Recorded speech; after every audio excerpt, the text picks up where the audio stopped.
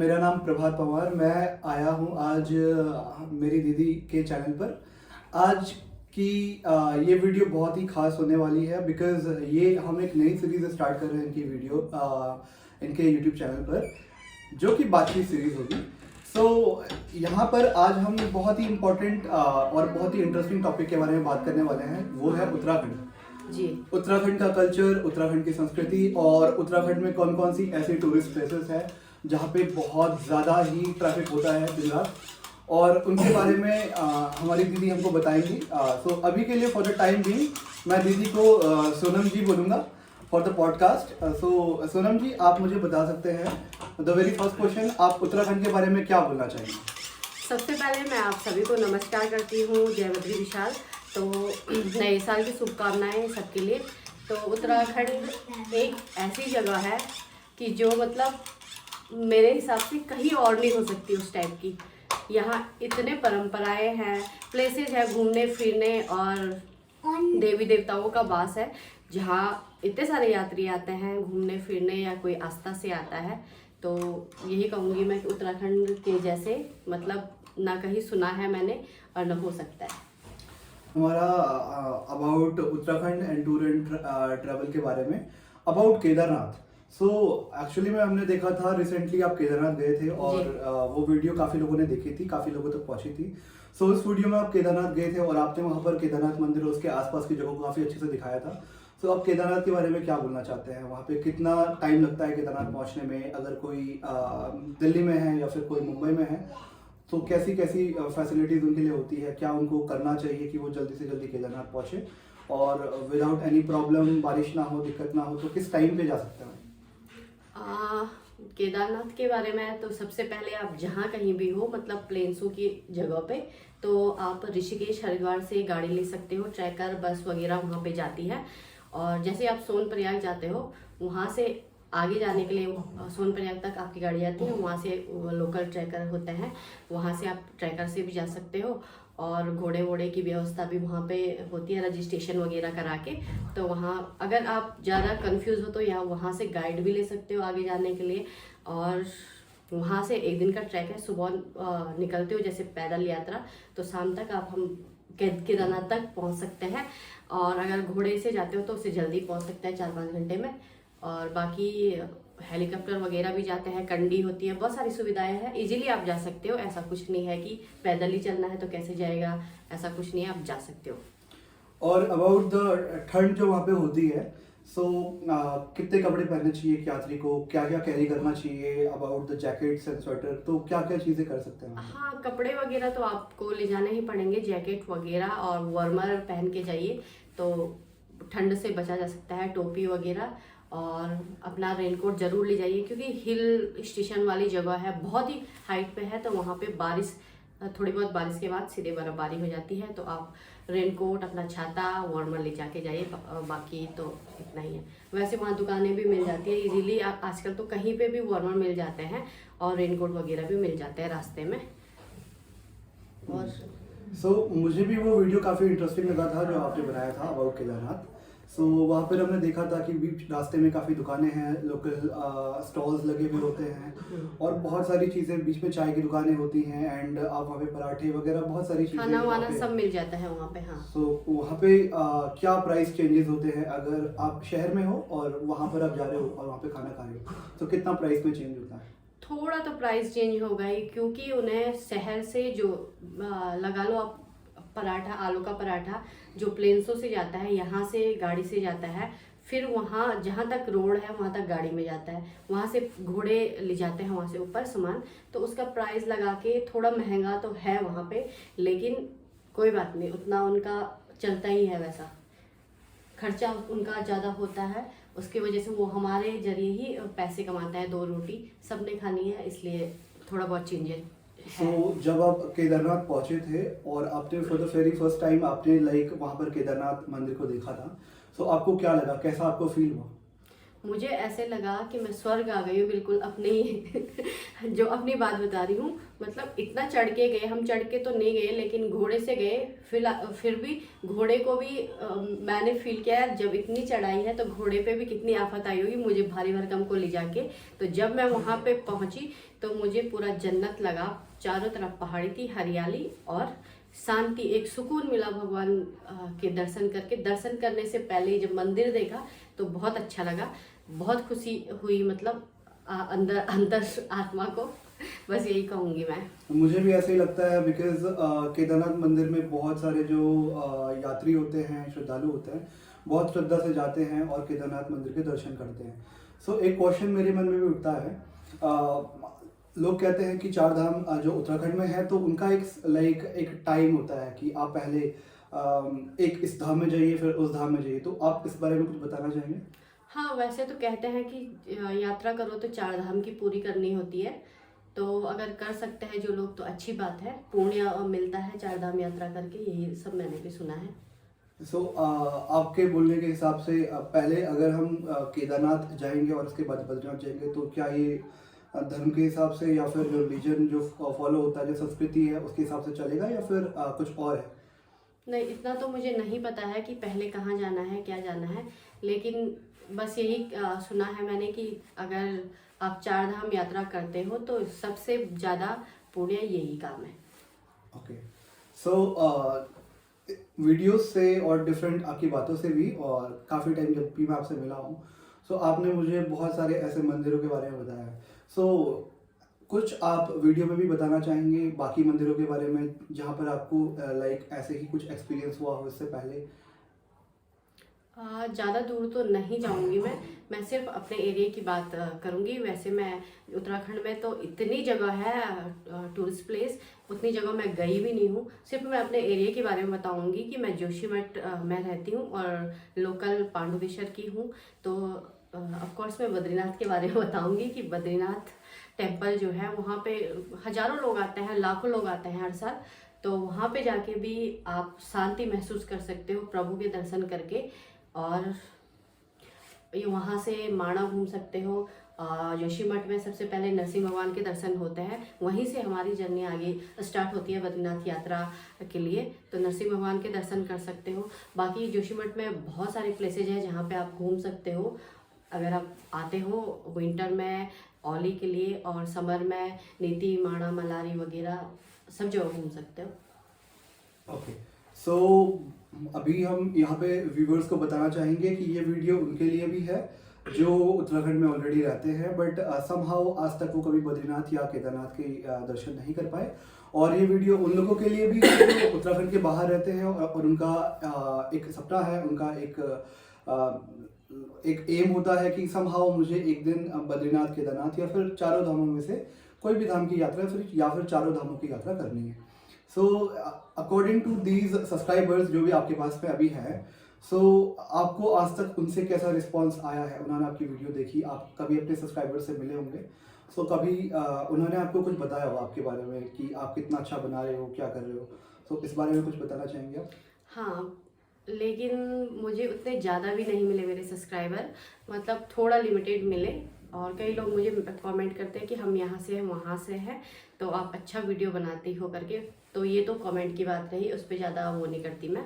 लेकिन कई लोग लोकल में मिलते हैं कि आप वीडियो बनाते हो, आप यूट्यूबर हो, तो मैं कहती हूँ हाँ अभी स्टार्ट करा है, अभी छोटी मोटी हूँ लेकिन धीरे धीरे प्रोग्रेस करूँगी। तो वो मुझे यही बताते हैं कि आप मतलब फेक चीज़ नहीं दिखाती हो, जो रियल चीज़ें हैं। मैं डेली रूटीन का ब्लॉग भी दिखाती हूँ कभी कभार, और कभी कभार इधर उधर घूमने जाते हैं वो भी दिखाती हूँ। तो वो उनका कहना यही है कि आप फेक नहीं दिखाती हो, मतलब जो हो, जैसे मैं टोन में बात करती हूँ उसी टोन में बात करती हूँ, और जो मेरी मतलब लाइफ जैसी है मैं वैसे दिखाने की कोशिश करती हूँ। बहुत अच्छा। एक्चुअली मैं आपको बताना चाहूँगा ये वीडियो भी हम विदाउट एनी एडिट बना रहे हैं। कुछ बोलने में कभी गलतियाँ होती हैं तो उसको भी हम इसमें डाल रहे हैं। सो हम अपनी लाइफ को, और दीदी जी यहाँ पर अपनी लाइफ को भी हमेशा ऐसे ही दिखाती है जैसे वो डेली काम करते हैं, जैसे वो डेली रहते हैं जोशीमठ में और उसके आसपास कभी भी घूमने जाते हैं। सो हमेशा ही ऐसे रहते हैं। सो आपको कभी आपको मन करा कि आप उत्तराखंड से बाहर जाओ और उत्तराखंड के बाहर की वीडियोस बनाओ और उसको आप उत्तराखंड के सब्सक्राइबर्स को दिखाओ? इतना कुछ भी नहीं, मैं घूमना तो मतलब ऐसा है कि कभी सोचती हूँ कि विंटर वेकेशन होता है हमारे यहाँ, समर बहुत कम होता है, और समर 1 महीने का भी होता तो हम मतलब अपने जोशीमठ से बाहर नहीं आ पाते क्योंकि गर्मी इतनी होती है। तो समर में तो सब हिल स्टेशन जाते हैं, और हम ऑफकोर्स वहीं पे रहते हैं, तो हम कहाँ जाए। और विंटर में ऐसा होता है कि चलो यार कहीं घूमने चले जाए, लेकिन घूमने का ये है कि 5-7 दिन जाओ तो मन भर जाता है, क्योंकि हमें शांति की आदत है। मतलब जो हमारे यहाँ हवा आती है, ऑक्सीजन लेते हैं, वो बिल्कुल फेयर है, साफ़ सुथरी है, उसमें कोई धूल धक्कड़ नहीं है। तो उसकी आदत है हमें, नेचर्स जो हवाएं पेड़ पौधे देती है उसकी आदत है। खान पान हमारा उस टाइप से होता है पहाड़ों के हिसाब से। तो मैं नहीं चाहती कि मैं ज़्यादा बाहर जाऊँ या विदेश जाऊँ। कभी कभी मूड तो होता है, लेकिन नहीं, अपना उत्तराखंड ठीक है भाई, ज़्यादा दूर नहीं जाना। सो अभी आपके जो आपका व्लॉगिंग चैनल है एंड अबाउट वो प्लेस जहाँ पर आप रहते हैं जोशीमठ, जी और वहाँ पर भी काफ़ी सारे मंदिर हैं जो बहुत फेमस हैं एक्चुअली। बहुत सारे जो यात्री होते हैं वहाँ के बारे में पूछते हैं, वहाँ आते हैं, दर्शन करते हैं। तो आप बताना चाहेंगे कि वहाँ पर कौन कौन से मंदिर हैं जो बहुत ही ज़्यादा फेमस हैं, और कुछ ऐसे मंदिर भी जहाँ पर कम लोग विजिट करते हैं हाँ बट स्टिल वो काफ़ी ज़्यादा इंपॉर्टेंट मंदिर होते हैं वहाँ के लोकल लोगों के लिए। जी बिल्कुल, आप सभी को पता है कि मैं लोकल जोशीमठ में रहती हूँ, और वैसे मेरा होम टाउन है पांडुकेश्वर बद्रीनाथ में, प्रॉपर मैं पांडुकेश्वर से हूँ। तो सबसे पहले मैं जोशीमठ के बारे में बात करूँगी। वहाँ पे नरसिंह मंदिर का नाम तो काफ़ी लोगों ने सुना होगा, और वहाँ पे भी काफ़ी भव्य मंदिर है। मतलब जब बद्रीनाथ के कपाट खुलते हैं तो काफ़ी सारी भीड़ भड़ाका वहाँ पे रहता है। और दूसरी तरफ जोशीमठ में ही कल्प वृक्ष है, जहाँ पे खूब सारे यात्री जाते हैं, दर्शन करते हैं। और सबसे अच्छी बात, शंकराचार्य जी का जो आश्रम है वहाँ पे भी दर्शन करने जाते हैं। जिन लोगों को नहीं पता है वो जा सकते हैं, मार्केट से जस्ट ऊपर पे ही है, थोड़ा चल के। तो वहाँ पे ना लोकल से पता करके आप जा सकते हो। और दूसरी तरफ वहाँ से थोड़ा सा ऊपर जाके जोशीमठ से लगभग 1-1.5 घंटे का रास्ता है। तो औली का नाम भी आपने सुना होगा, नहीं सुना होगा तो आप विंटर में वहाँ पे विजिट कर सकते हो। सबसे अच्छा प्लेस है अपना न्यू ईयर सेलिब्रेट करने के लिए। आजकल तो वैसे सीजन ही चल रहा है औली का। और वहाँ से फिर बद्रीनाथ चलिए, पांडुकेश्वर चलिए, पहले योग ध्यान मंदिर, और वहाँ पे घंटाकरण जी का मंदिर है। और जो शीतकालीन पूजाएं चलती हैं बद्री विशाल जी की, तो वो पांडुकेश्वर में चलती है। और वहाँ पे कुबेर भंडारी जी का भी भव्य मंदिर बना है, वहाँ पे जा सकते हो आप। वहाँ से हनुमान चट्टी से बद्रीनाथ, बद्रीनाथ से माणा, ये सब तो आपको पता ही होगा। वो मतलब थोड़ा भव्य मंदिर है, वहाँ पे तो जाते ही हैं। और दूसरी तरफ जोशीमठ से मलारी की साइड जाइए, नीति की साइड जाइए, वहाँ पे भी काफ़ी सुंदर सुंदर छोटे छोटे मंदिर हैं। और नीति में एक मंदिर है टिम्मर सेन महादेव, जो कि काफ़ी चलन में है आजकल। वहाँ पे जैसे अमरनाथ की जो गुफाएं हैं, अमरनाथ में जो शिवलिंग है, उसी प्रकार से वहाँ पे भी शिवलिंग है पहाड़ों के नीचे। तो वो उसे छोटा अमरनाथ के नाम से जाना जाता है जोशीमठ लोकल में। तो आप वहाँ पे जा सकते हो, मलारी में विजिट कर सकते हो, वहाँ के लोगों से मिल सकते हो, जो मतलब खान पान रहन सहन उसको महसूस कर सकते हो आप। तो लगभग सारे गांव में छोटे छोटे मंदिर हैं। और दूसरा जोशीमठ से लगभग 10-12 किलोमीटर आगे जाके आता है सलूड़ गांव, जिसका रम्माण मेला विश्व धरोहर के नाम से जाना जाता है। तो आप मार्च अप्रैल में जाके वहाँ पे वो मेला भी देख सकते हो। लगभग 12 महीने कुछ ना कुछ चलता रहता है हमारे गढ़वाल में। तो आप विजिट कर सकते हो जोशीमठ, पता करके जैसे भी है। मुझे ही कमेंट करना सबसे पहले कैसे, कहाँ जाना है, क्या नहीं जाना है। और लोकल हूँ मैं उधर की, मैं तो बता ही दूँगी जैसा भी होगा। तो अब क्या बताऊँगा। अच्छा, एक और क्वेश्चन है मेरा। जी। जैसे दिवाली है और होली है और कुछ ऐसे फेस्टिवल्स होते हैं जो ऑल इंडिया सभी लोग मनाते हैं, हाँ बट कुछ ऐसे फेस्टिवल हैं उत्तराखंड के, और पर्टिकुलरली जिस डिस्ट्रिक्ट में आप रहते हैं, जैसे अभी आप मेंशन कर रहे थे रामायण मेला, तो उसके अलावा कुछ ऐसे फेस्टिवल्स हैं जो सिर्फ गढ़वाल या कुमाऊं या फिर उत्तराखंड में ही मनाए जाते हैं, उसके बाहर लोगों को उसके बारे में ज़्यादा पता नहीं है, और उनको लाइक अगर हम इन चीज़ों को आगे बढ़ाएं, इन चीज़ों को और ज़्यादा सपोर्ट करें, सो काफ़ी लोग इसमें इंटरेस्टेड होंगे, काफ़ी लोगों को इसमें बहुत अच्छा लगेगा इसको जानकर। तो आप कुछ ऐसे फेस्टिवल्स के बारे में हमको बता सकते हैं? हाँ, ये रम्माण मेला जो है, रम्माण मेला अप्रैल में स्टार्ट होता है।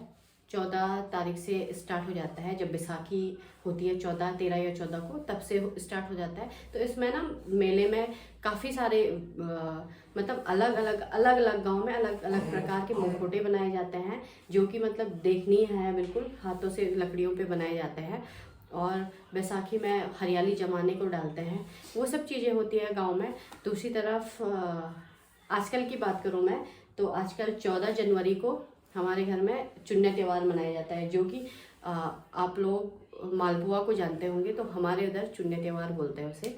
तो वो मनाया जाता है। काफ़ी सारी चीज़ें हैं, पांडव नृत्य है, जागर वगैरह होते हैं, वो सब दिखाना चाहिए हमको, आगे प्रेजेंट करना चाहिए कि हमारे गढ़वाल के जो ऐसी चीज़ें हैं, मेला या रिचुअल वगैरह, तो वो बनी रहे आगे, ये सब चीज़ें हैं। रिसेंटली हमने सुना था एक त्योहार होता है फुलारी नाम से, सो इसके बारे में आप कुछ बताना चाहेंगे?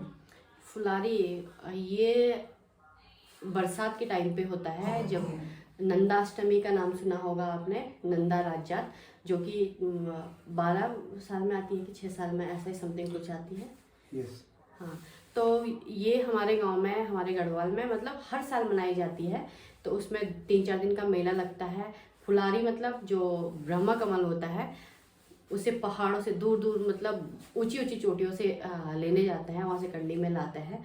तो ये सब चीज़ें अष्टमी के टाइम पे चलती है, नंदाष्टमी के टाइम पे, जो कि बरसात के बाद सितंबर में आता है, अगस्त या सितंबर में ऐसा कुछ आता है। उसका भी दिन फिक्स किया जाता है कि किस दिन आएगा, तो एग्जैक्ट टाइम नहीं बता पाऊंगी मैं, या डेट या टाइम कभी आगे पीछे हो जाता है। एक और फेस्टिवल मैंने सुना था जो पर्टिकुलरली गढ़वाल में काफ़ी मनाया जाता है और लोग इसको काफ़ी मानते हैं, जो जिसको बोलते हैं जाति। सो इसके बारे में आप क्या बताना चाहेंगे, बिकॉज उसी एरिया में मनाया जाता है जहाँ पर आप रहते हैं? जी, ये पांडुकेश्वर में मनाया जाता है जाति त्योहार, जो कि हर साल नहीं होता है, मतलब 6 साल, जैसे इस बार हो गया तो 6 साल बाद होगा। तो इसमें ये होता है कि 1 महीने के लिए भगवान बाहर आते हैं, मंदिर से बाहर, बहुत ज़्यादा गांव में घूमते हैं, और उसके बाद मेले वेले लगते हैं, हर एक दिन छोड़ के एक दिन छोड़ के। तो लास्ट दिन जो होता है वो जाति गढ़वाली में बोलते हैं, जो कि सब्बल से बनाया जाता है, जिसमें हम खाना वाना जैसे लकड़ी जलाती, तो उसमें गोल सर्कल में जाति बनाई जाती है। वो पता होगा कई लोगों को नहीं पता होगा। तो भगवान जिस नर पे अवतरित होते हैं, वो उस जाति को उठाता है, जो कि मतलब एक रात भर मतलब आग में तपा होता है, कोयलों में रेड कलर का होता है, बिल्कुल लाल होता है, कोयले के समान। भगवान उसे उठाते हैं, फिर छोड़ देते हैं बाल रूप में। भगवान को बाल रूप दिखता है, जाति नहीं दिखती है बिल्कुल। तो ये होता है, और होने ही वाला है अब 2024 या 26 में ऐसा कुछ होगा, कंफर्म तो मुझे नहीं पता है, लेकिन होने वाला है। सो वहाँ पर हमने सुना है और देखा भी कई बार है कि आसपास के जितने भी गांव होते हैं वो भी उस त्यौहार के लिए बहुत ही ज़्यादा इंटरेस्टेड होते हैं, एक्साइटेड होते हैं, और बहुत सारा हेल्प भी करते हैं लोकली उधर पर। सो क्या ऐसा रीज़न होता है कि जब भगवान अवतार लेते हैं उस नर या नारी में, सो वो उस जाति को जो रात से कोयलों में गर्म हो रही थी उसको स्टिल उठा देते हैं? ये परंपरा काफ़ी पहले से चली आ रही है, तो इसके बारे में मुझे ज़्यादा पता नहीं है। लेकिन जब उन पे भगवान अवतरित होते हैं, तो वो ऐसा दिखता है कि कोयले जल रहे होते हैं, तो कोयले में बच्चा दिखता है, तो भगवान बच्चे को बचाने के लिए उठाते हैं। तो जैसे उठाते हैं तो उन्हें पता चल जाता है छल हो रहा है या पता नहीं ऐसा ही कुछ, तो वो उसे छोड़ देते हैं। तो वो जब वो उठाते हैं तो उनको लगता है जाति है, तब छोड़ता है वो बाल रूप होता है भगवान का, ऐसा दिखता है, प्रतीत ऐसा होता है, इसलिए उठाते हैं वो। सो ये बात जान के ये पता चला कि एक्चुअली में जिस चीज़ को बहुत सारे लोग नहीं मानते हैं, अगर आप वहाँ पर उस त्यौहार में जाएंगे और उसको देखेंगे अपने सामने लाइव, तो आपको पता चलेगा कि there are some supernatural powers. हाँ, और शायद मे बी वो भगवान हो, मे बी वो नहीं हो, बट कुछ ऐसी चीज़ें हैं जो बहुत ही डिफरेंट हैं। बाहर ऐसे बहुत कम चीज़ें होती हैं जो उत्तराखंड में होती है। सो काफ़ी सारे लोग जो भगवान को मानते हैं, बिलीव करते हैं, ये त्यौहार उनके लिए बहुत ज़्यादा इम्पोर्टेंट होता है और होना भी चाहिए, क्योंकि ये उनके श्रद्धा का एक इम्पोर्टेंट पार्ट है। और ये उनको मोटिवेट करता है अपने गांव को, अपने शहर को, अपने लोगों को आगे बढ़ाने में और अपने कल्चर को फॉलो करने में और आने वाले जनरेशन को भी इंसिस्ट करने में कि आप भी कल्चर को फॉलो करें।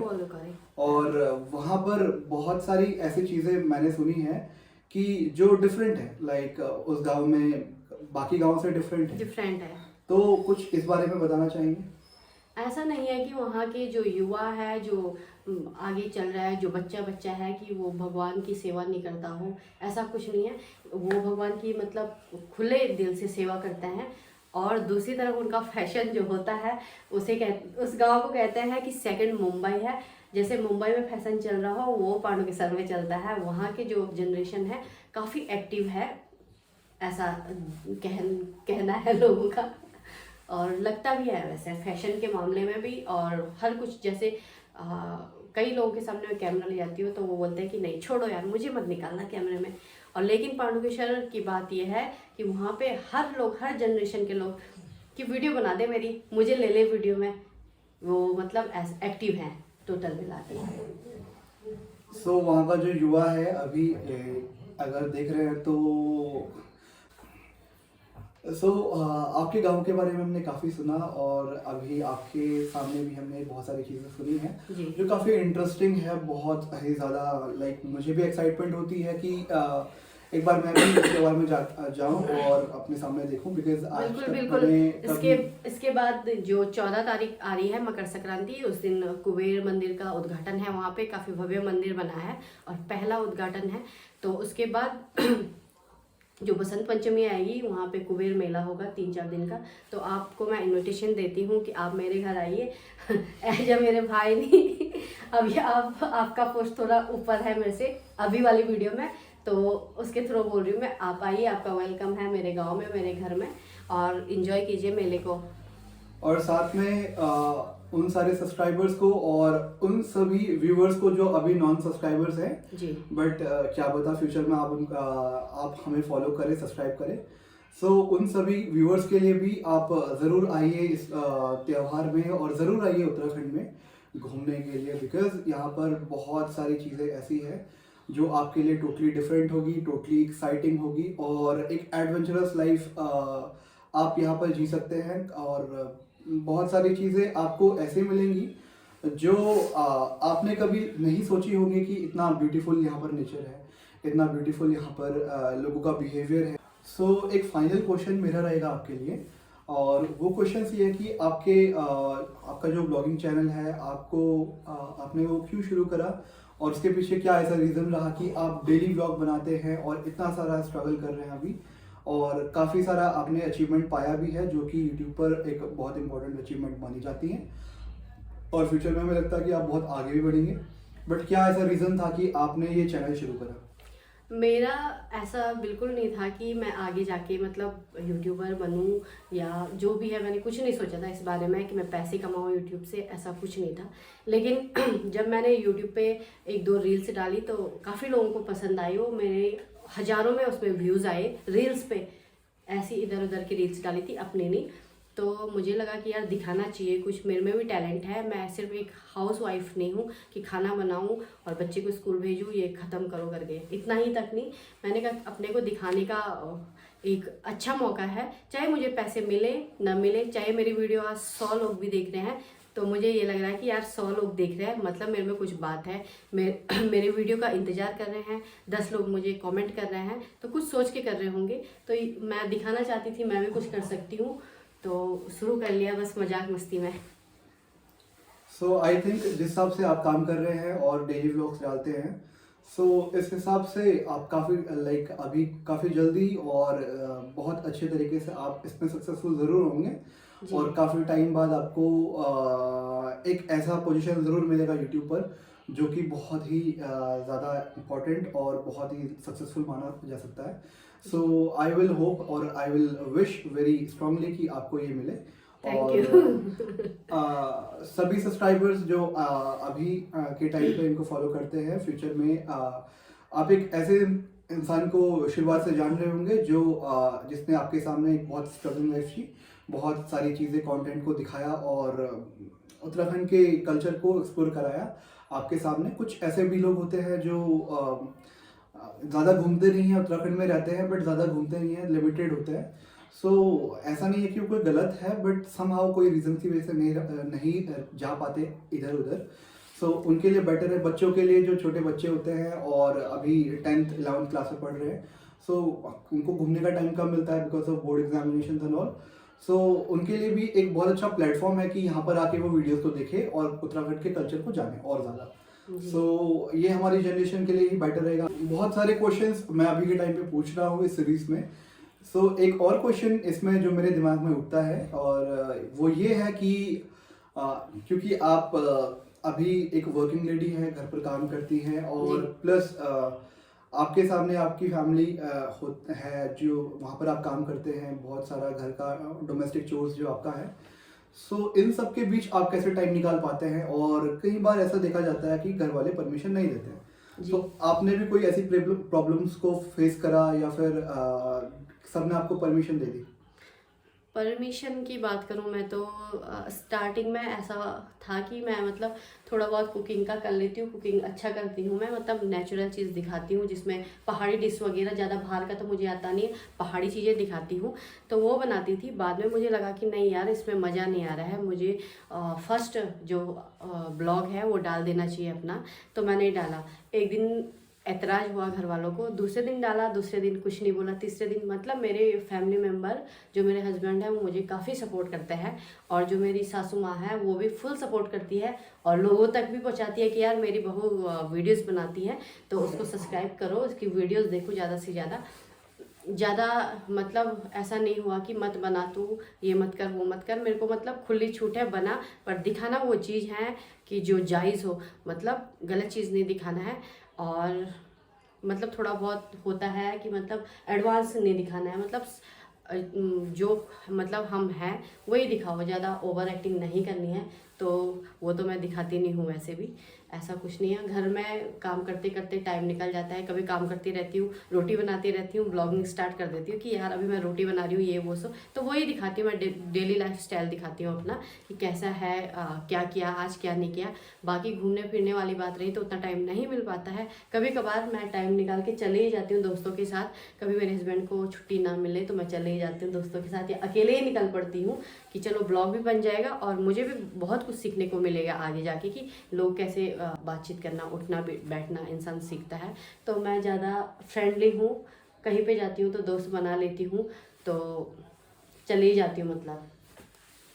और कुछ अबाउट उत्तराखंड के फूड कल्चर के बारे में एंड पर्टिकुलरली आपका डिस्ट्रिक्ट और आपका गांव, क्या ऐसे फूड होते हैं, क्या ऐसे वहाँ पे क्यूजीन्स डिशेस होती हैं जो आपको पसंद है, जो आप बनाते हैं और लोकली लोगों को भी बहुत ज़्यादा अट्रैक्ट करते हैं, बहुत ज़्यादा लाइक अच्छे लगते हैं वहाँ पे? एक तो मेन है कि सुना होगा आपने कि मंडवे की रोटी जो भी चटनी में खाते हैं हम लोग, तो हम बोलते हैं कोदे की रोटी, जो हम भांग की चटनी या नॉर्मल चटनी के साथ, टमाटर प्याज की चटनी के साथ भी खा लेते हैं।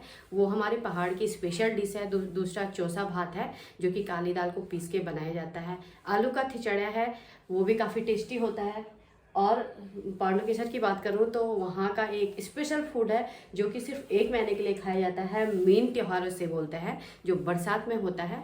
तो वो एक आलू के टाइप का होता है, आलू के शेप में, तो जंगल में जाके उसे खोदना पड़ता है। वो वहाँ का एकमात्र ऐसा फूड है जिसको हम एक्सप्लोर करना चाहें तो कर सकते हैं करके, तो वो सबसे बेस्ट डिश है हमारी।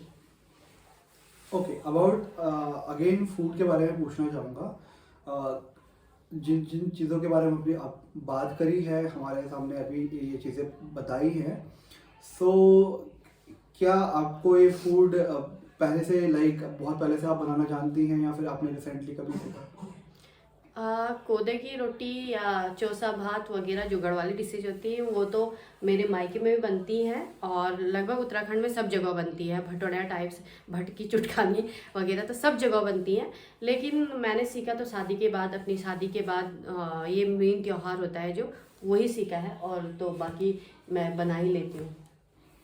ओके, सो जब आप ये खाना वाना बनाते हैं तो आपके घर वालों को ये भाता होगा काफ़ी, आई होप। सो वो आपके खाने के बारे में क्या बोलते हैं? जब आप बता रहे थे कि आपने शादी के बाद सीखा, सो शुरुआत में कुछ ऐसी गलतियाँ हुई कभी कोई खाने बनाने में, ताकि घर वाले या तो नाराज़ हो गए या उनको बहुत अच्छा लगा, कुछ इस बारे में बताएंगे? नहीं, मैं मतलब मेरी शादी से पहले से बहुत मतलब ये बोल सकती हूँ कि रिस्पॉन्सिबल थी अपने घर को लेके, अपने पेरेंट्स को लेके। तो मेरे घर वालों को शादी के बाद भी कोई तकलीफ नहीं हुई कि ये बोले कि आज तूने ये नहीं बनाई, आज तूने ये गलत बनाया। ऐसा कुछ नहीं, मेरे पे टैलेंट था और टैलेंट है भी कि नई चीज़ करो भाई, नया सीखो। भात दाल से ज़िंदगी नहीं कटती है, आगे बढ़ो आगे बढ़ो, ये वाला सीन है। तो मेरे घर वालों को कभी भी प्रॉब्लम नहीं हुई है किसी भी चीज़ को लेके कि यार सोनम तूने आज गलत कर दिया। क्योंकि मैं हर चीज़ को करने का जो मेरा तरीका है परफेक्ट ढंग से मैं करती हूँ। तो अभी ब्लॉग हालांकि मैं परफेक्ट ढंग से नहीं बना पा रही हूँ, कई गड़बड़ी हो जाती है, गलतियाँ हो जाती है बोलने में। तो अपना अपना वो होता है ना, फ्लो होता है या बोलने का तरीका जो भी है वो होता है। तो वो अभी मेरा परफेक्ट नहीं है, लेकिन कोशिश करेंगे आगे बढ़ने की। ज़रूर। फ्लो के बारे में मैं भी यही कहूँगा जो आपने कहा। प्लस फ्लो के बाद मुझे ये चीज़ याद आती है अबाउट गढ़वाली गाने और आपके डिस्ट्रिक्ट में वहाँ पर जो आपके गांव में वहाँ के लोगों का डांस, हाँ और जो वहाँ पे गाने सुने जाते हैं, और शादियों के टाइम पे स्पेशली पर्टिकुलरली लड़के एंड लड़कियाँ स्पेशली और लड़के भी जो डांस करते हैं वहाँ पर चश्मा पहनकर, उसके बारे में आप क्या बताना चाहेंगे? उसके बारे में यही कहना चाहूँगी कि गाने तो आजकल बहुत प्रकार के गाने आते हैं जो कि मैं डांस तो नहीं करती हूँ और सुनना भी ज़्यादा पसंद नहीं करती हूँ। जो हमारे पौराणिक गाने थे वो थे ढोल दमो, जिस पे हम डांस करते थे, और बीन बाजा होता था एक, उसको इंग्लिश में क्या बोलते हैं मुझे नहीं पता है, उसे मुंह से बजाया जाता था। तो वो काफ़ी चलन में था पहले, लेकिन कई लोग अभी भी उन्हें बुलाते हैं, दूर दूर से शादी में इनवाइट करते हैं कि बजाने के लिए। तो ये सब चीज़ें तो ठीक है, अपनी पहाड़ी चीज़ें हैं। अभी ये फुर्की बांध आ रहा है, क्या क्या आ रहा है, वो तो भाई मेरी समझ से बाहर है, उनके बारे में मैं कुछ नहीं कह सकती। अच्छा, सो बहुत ज़्यादा चीज़ें आज हमको जानने को मिली इस व्लॉग में, और क्वेश्चंस के बाद मेरे दिमाग में क्वेश्चंस हैं। ऑफ कोर्स ये सारे क्वेश्चंस मैंने अगली सीरीज के लिए भी रखे हुए हैं जी। सो इसी के साथ अब इस वीडियो में हम विराम लगाएंगे, तो यहाँ पे इस वीडियो को एंड करेंगे, और ज़रूर मिलेंगे आपको नई वीडियो में कुछ नए क्वेश्चंस के साथ, बहुत इंपॉर्टेंट क्वेश्चंस, बहुत एक्साइटिंग क्वेश्चंस भी हैं, शायद आज के जैसे एक्साइटिंग हो या फिर it can be even more exciting. So मिलेंगे अगली वीडियो में, तब तक के लिए आपको धन्यवाद। और मैं ये भी कहना चाहती थी, ये वाला जो हम ब्लॉग बना रहे हैं वो फर्स्ट टाइम बना रहे हैं, वरना तो मैं ब्लॉग बनाती थी, शूट करती, ये दिखाया वो दिखाया, मतलब घूमते फिरते दिखाया। लेकिन आज बैठ के हम चर्चा कर रहे हैं, मुझे भी मतलब ऐसा वो नहीं था कि मैं बोल पाऊँगी कुछ भी चीज़ें, और जो भी बोला हो मैंने कुछ गलत भी बोला हो तो उसके लिए क्षमा प्रार्थी हूँ, आप माफ़ कर देना। ऐसा मतलब कई चीज़ों की जानकारी नहीं होती है, हम बोल देते हैं, बाद में कोई क्लेम कर देता है ये चीज़ें गलत होती है, फिर अगर बोला हो तो सॉरी, और आप दिल से मत लेना भाई। क्योंकि ये सारी वीडियोस जब जो अभी हम बनाने वाले हैं, प्लस इस वीडियो के साथ जो हमारी शुरुआत है, ये कम्प्लीटली हम एक्सपेरिमेंट बेस पे बना रहे हैं। सो अगर इस वीडियो में ज़्यादा से ज़्यादा लाइक्स आते हैं तो हम इसको कंटिन्यू करेंगे, और आपको उत्तराखंड के सारे कल्चर्स, सारे के सारे जितने भी फूड है, डांस है, प्लस आपके सॉन्ग्स हैं, माउंटेन्स हैं, टूरिस्ट डेस्टिनेशन है, हर आपके जो आपका जो व्लॉगिंग चैनल है, आप उस पर आने वाले टाइम में कौन सी ऐसी वीडियोस अपलोड करने वाले हैं जो कोई धाम की हो, या फिर कोई मंदिर की हो, या फिर कोई ट्रैक की हो? तो अभी फ़िलहाल मैं देहरादून में हूँ। ये आपको एक दो मैंने वीडियोस डाले थे या मिनी ब्लॉग डाले थे, उसके थ्रू आपको पता चल गया होगा। तो अगर मैं ये रिवील कर दूं तो आपको पता चल जाएगा कि मैं कहाँ जाने वाली हूँ, क्या करने वाली हूँ, इसलिए थोड़ा सस्पेंस रहना चाहिए ना। ये पहले रिवील नहीं करूँगी, लेकिन जहाँ भी जाऊँगी एक धार्मिक जगह जाऊँगी तो वही चीज़ें दिखाऊँगी मैं आपको, और डेली रूटीन का तो दिखाती हूँ वैसे। बहुत अच्छा लगा आपसे आज मुझे बात कर और आई थिंक आज की वीडियो को हमको यहाँ पे एंड करना चाहिए, एंड अगेन दोबारा से हमारी जो ये वीडियो की सीरीज़ है बातचीत, हम इस पे दोबारा मिलेंगे, और यहाँ पर हम बहुत सारे टॉपिक्स के बारे में बात करेंगे जो आप सबके लिए एक टॉपिक होगा बेनिफिट के लिए। सो धन्यवाद, नमस्कार।